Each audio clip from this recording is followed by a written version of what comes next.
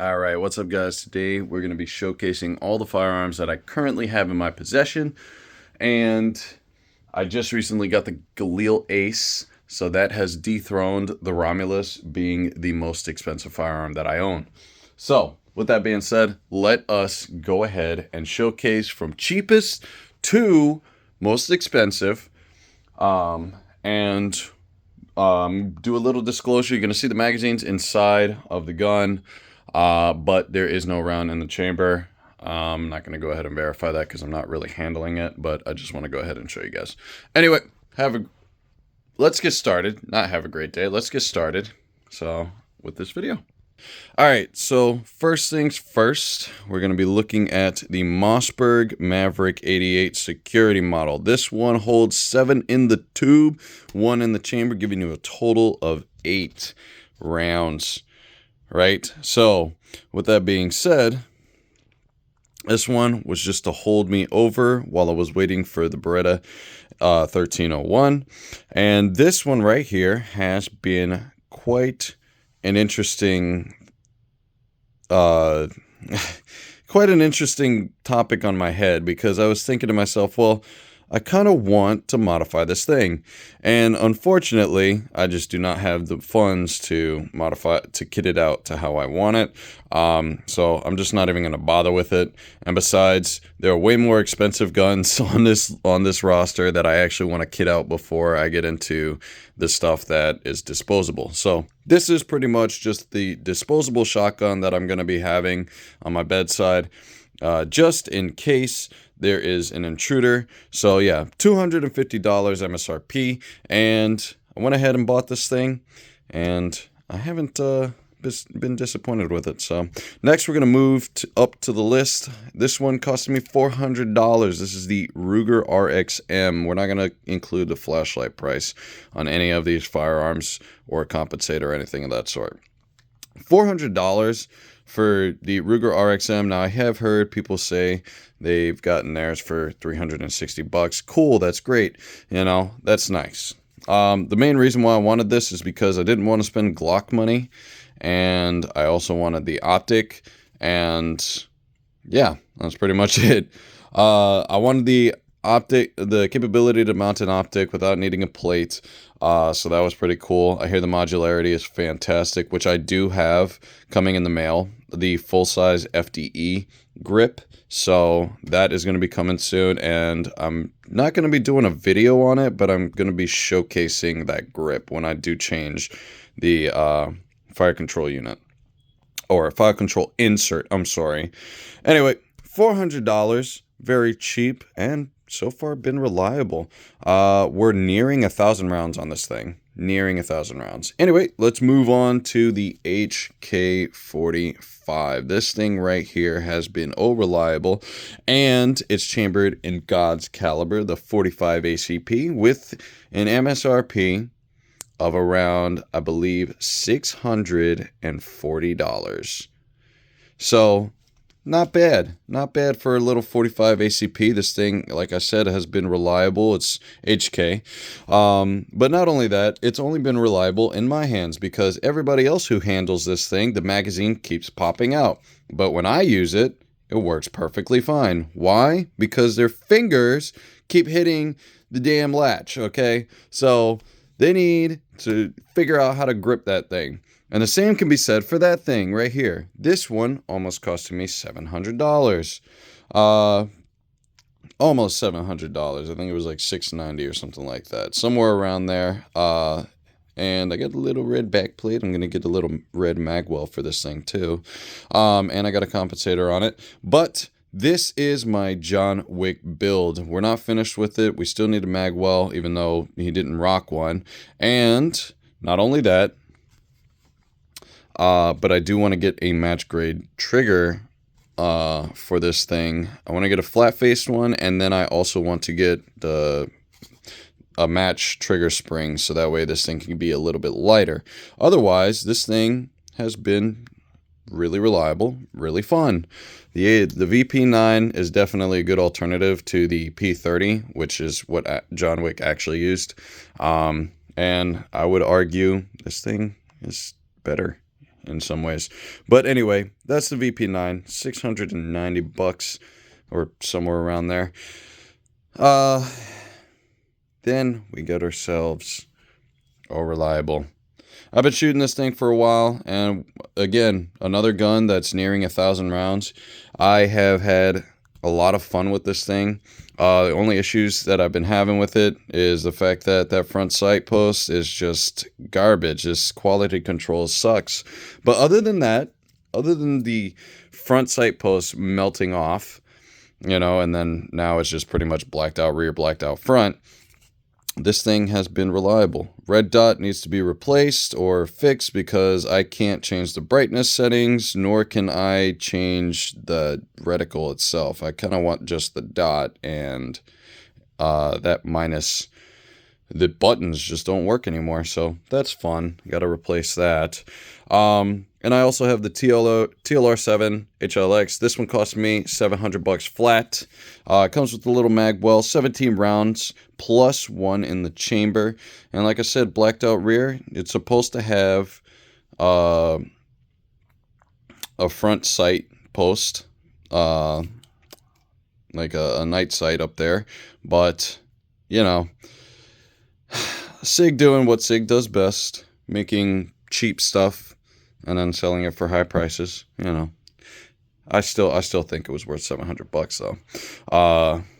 Alternatively, so I was supposed to get the Glock 19 over, which that's not the Glock 19, but I was supposed to get the Glock 19 over that thing, and the person selling me that thing convinced me to buy it. He was like, "You should get the Glock or the SIG P365. Yeah. So let's move on to the next most expensive thing on here, which, again, I disorganized this. But the next most expensive thing, and I bought this because it was used, I bought this for $900.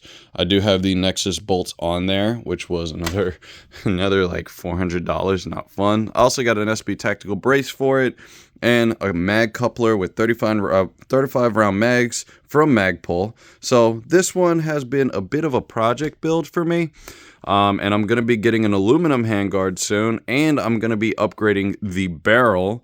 So I'm going to get the 5.3 inch barrel that is threaded. I'm going to put a different handguard on there, and I'm going to get that flash hider for it. Put the flash hider back on it. So yeah, let me zoom in the camera a bit. But overall, very reliable, very fun to shoot, especially after I got rid of that original bolt. I have not had any problems with it. I have had, and it was mag related, I have had a couple jams, but it was just the magazine, because these two magazines ran perfectly fine. Also, the 20 rounders ran perfectly fine. It was just one magazine that was consistently not feeding properly. So yeah, I was having issues because of that. Other than that, this thing has been 100% reliable. So I would have to say the CZ Scorpion MSRP is $1,300 to $1,400 depending on where you buy it, but this thing has been very good. Nice bang for buck.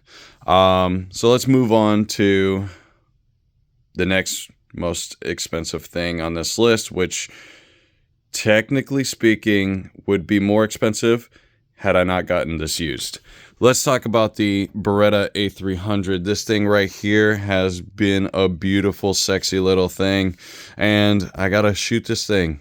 I got to shoot this thing because I have yet to do it, and I'm very excited to. I got 3 guns I need to shoot.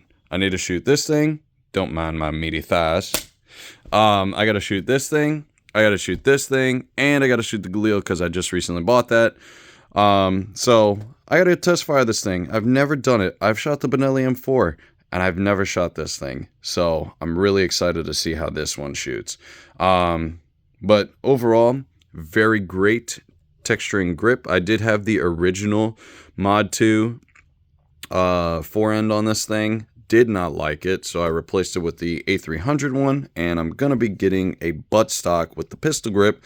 I forget what it's called, but the buttstock with the pistol grip, and pretty much call it a day there. Probably going to get a heat shield up here so I can wrap my hand over the barrel without burning myself. So yeah, there's that too. But other than that, no other modifications are going to be made to this thing. It is just strictly going to be a self-defense gun, so no problems or no need to modify it too much. I just want the aesthetics done out of the way, and then after that, we're pretty much good. Functionality-wise, I have no reason to do anything else to it. So yeah. Now, let's move on to what was once my most expensive firearm, being $1575 at the time. The Alpha Foxtrot Romulus with that beautiful, beautiful DLC coating. I have shot 2,000, close to 800 rounds through this thing, and I have not had a single malfunction. I've had others have malfunctions, but it was due to the fact that they kept hitting the slide catch. So yeah, that was why they were having those problems. But you know, if it weren't for that slide catch, this thing would have ran 100% of the time in their hands. But in my hands, perfectly fine. The only issue I have with this thing is this thing likes to come undone. The screws like to just come out. So I'm gonna see if Alpha Foxtrot will do something about that, because it kind of is annoying. But other than that, this thing is amazing. I love it. Love it a lot.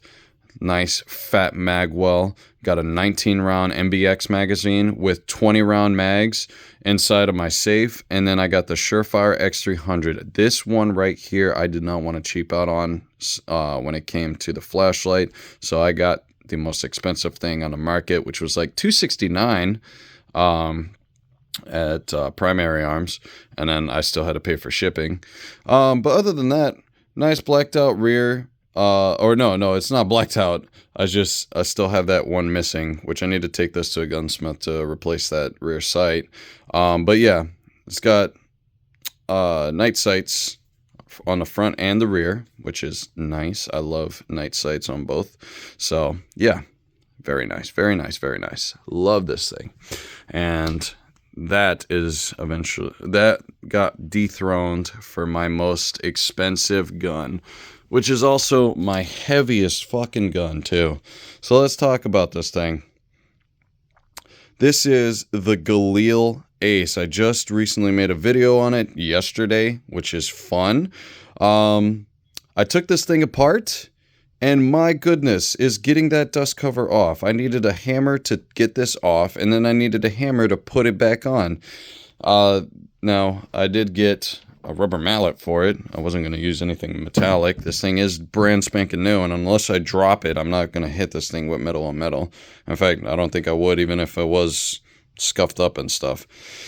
But anyway, yeah, so got the 13-inch model, which was my preference. It's got a polymer lower, but a full metal upper. Nice aluminum handguard with M-LOK coming. I have an LPVO coming in from SIG, and Palmetto should be, I ordered it from Palmetto, but yeah, it should be coming in today. I'm going to put that on there. We're going to sight this thing out to 100 yards when I get the chance, but as of right now, 25 will do. But anyway, that costed me a whopping $1,776. And was it worth the price? Abso-fucking-lutely. Now, we still need to shoot that thing, or at least I need to shoot that thing. Me and my friends will definitely go out to the range and shoot it. But yeah, this is a showcase of all of my firearms from least expensive to most expensive. So, anyway, guys, you guys have a great day. Oh, I didn't give you guys the price of this thing. This one came out for $1,300. That's how I bought it used, but MSRP for this specific configuration is $1,600, or yeah, $1,600, $1,599 if you go to Sportsman Warehouse, whatever. But yeah, that's it. Anyway, guys, y'all have a great day. Love y'all, and God bless.